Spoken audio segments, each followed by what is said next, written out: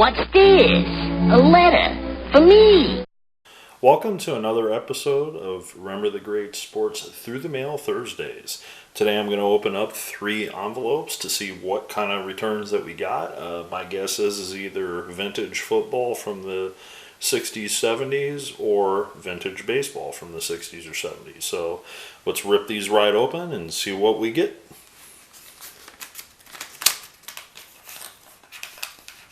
Okay, this first one is a success of 1 and 2 from former Miami Dolphins linebacker Randall Edmunds. I actually want to say that I sent 3 of those cards to him, and he kept the 3rd extra, which is totally cool. So I'm happy that at least I got these back, and they're signed in nice blue Sharpie. I really wish some of those NASCAR guys would figure out that blue Sharpies do exist. It seems like all the NASCAR returns that I get recently, they all share the same dying black Sharpie out in North Carolina. But it seems like these football guys are pretty good about signing in blue Sharpie for some reason.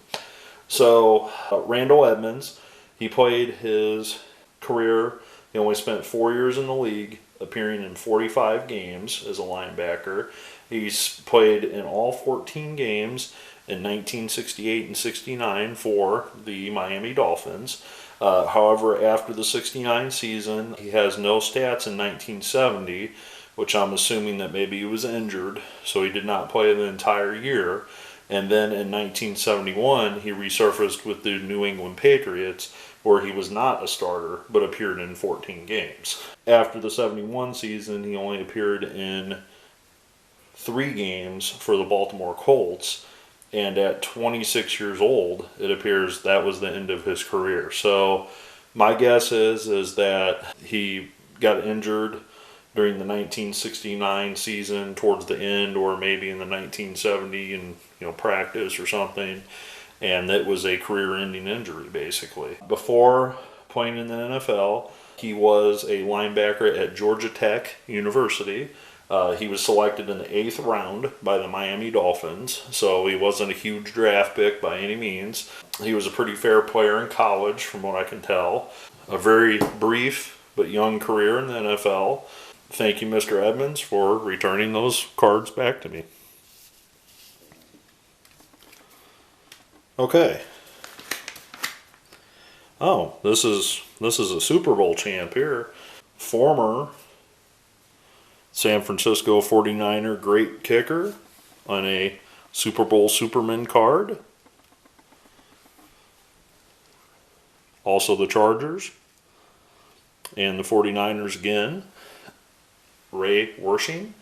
And Ray Wersching is actually an Austrian-born player. Moved to the United States when he was young, and actually attended college, both college and high school in California.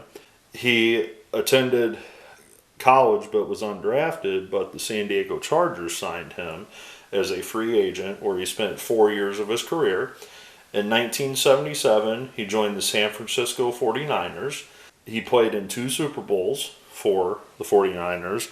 As a matter of fact, he kicked 4 field goals in 1 game for the 49ers, which actually was the majority of their points.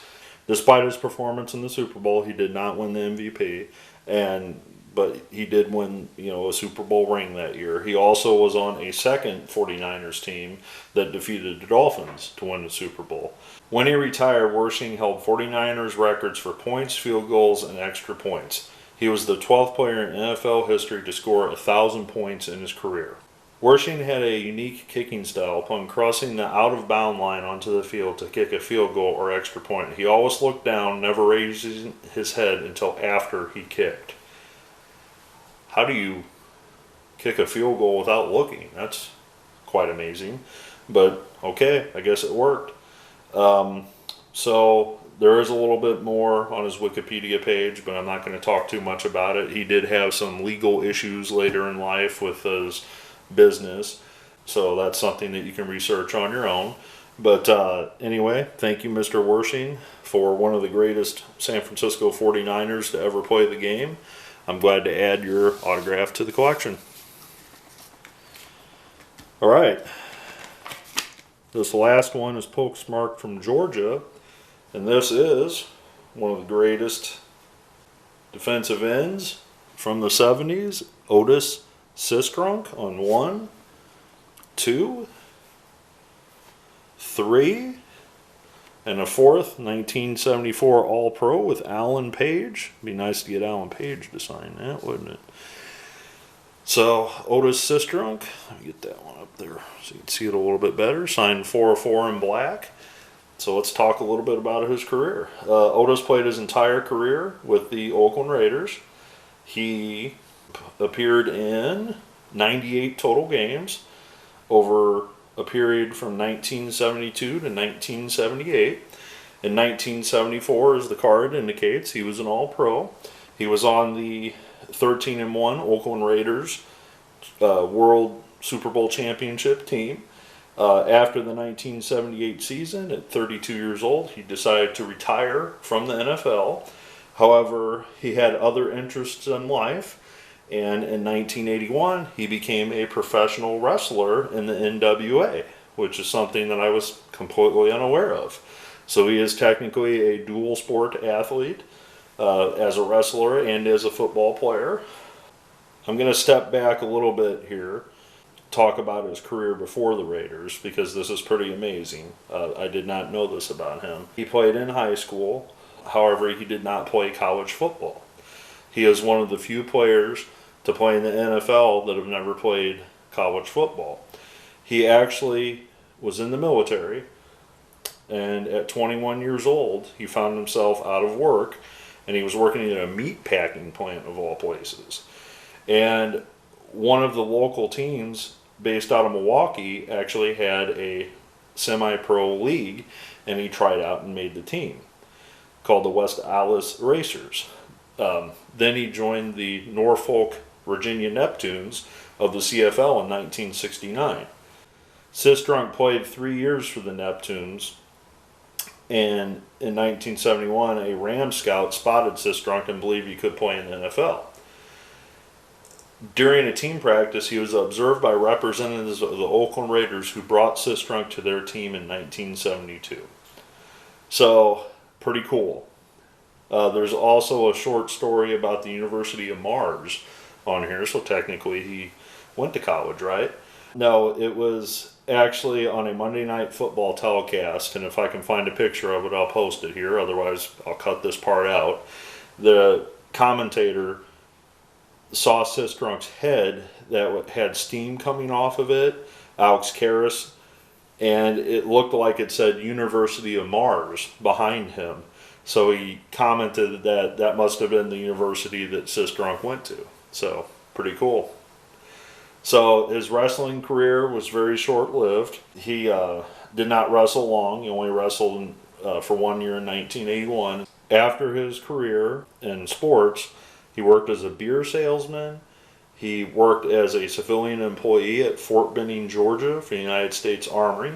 And he currently now manages the Cowan Memorial Stadium. Another neat thing about Sistrunk is that he did have a brief career in Hollywood, as he appeared in a movie called Car Wash, and he also appeared as a police officer in a adult film, which we won't share that, being we have kids watch this channel. So anyways, thank you, Mr. Sistrunk. You had a very eventful career. That's very neat that you were not a college football athlete and you were able to succeed as long as you did, becoming an All-Pro and a Super Bowl champion in the NFL. So it just goes to prove for the young viewers and anybody else that's interested that hard work and diligence can get you far in life. And this guy is living proof. This guy was never too good to do anything. He served in the military, he worked in a meat packing plant, he played semi-pro football, etc., etc. And he made it to the top level of the game, playing for the Oakland Raiders, winning the Super Bowl. So thank you, Mr. Sistrunk. Thank you, Mr. Wersching, another great Super Bowl champ. And thank you, Mr. Edmunds, for signing. I appreciate you guys taking the time to do that. Thank you for everyone tuning in to watch this episode.